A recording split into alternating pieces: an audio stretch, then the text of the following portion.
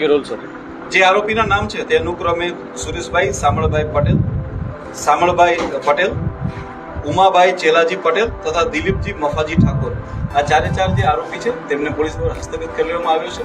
અને આમનો જે મુખ્ય મોટિવ જે સામે આવેલો છે તે આ પ્રકારે છે કે જે મુખ્ય સૂત્રધાર છે સુરેશ, તે બ્લેક મેજિકના જાણકાર છે અને બ્લેક મેજિકના જાણકાર હોવાથી તેમનામાં એવી અંધશ્રદ્ધા છે કે જો કોઈ પણ આવા વ્યક્તિના દાગીના જો એમને મારી લેવામાં આવે તો તેના મદદથી ઓર વધારે ધન પ્રાપ્ત થઈ શકે છે.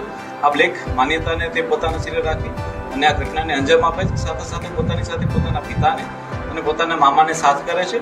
અને રાત્રિના સમયમાં કોઈને અવાજ ના આવે તેટલા માટે થઈને એક ટ્રેક્ટર પણ ચાલુ રાખે છે. ટ્રેક્ટરના અવાજની અંદર જે થઈને 3 લોકો ત્યાં જાય અને મર્ડર કરે છે. આ સિવાય સુરેશના આ પ્રકારે છે કે જે મુખ્ય સૂત્રધાર છે સુરેશ, તે બ્લેક મેજિકના જાણકાર છે અને બ્લેક મેજિકના જાણકાર હોવાથી તેમનામાં એવી અંધશ્રદ્ધા છે કે જો કોઈ પણ આવા વ્યક્તિના દાગીના જો એમને મારી લેવામાં આવે તો તેના મદદથી ઓર વધારે ધન પ્રાપ્ત થઈ શકે છે. આ બ્લેક માન્યતાને તે પોતાના શિરે રાખી અને આ ઘટનાને અંજામ આપે છે. સાથે સાથે પોતાના પિતાને અને પોતાના મામાને સાથ કરે છે.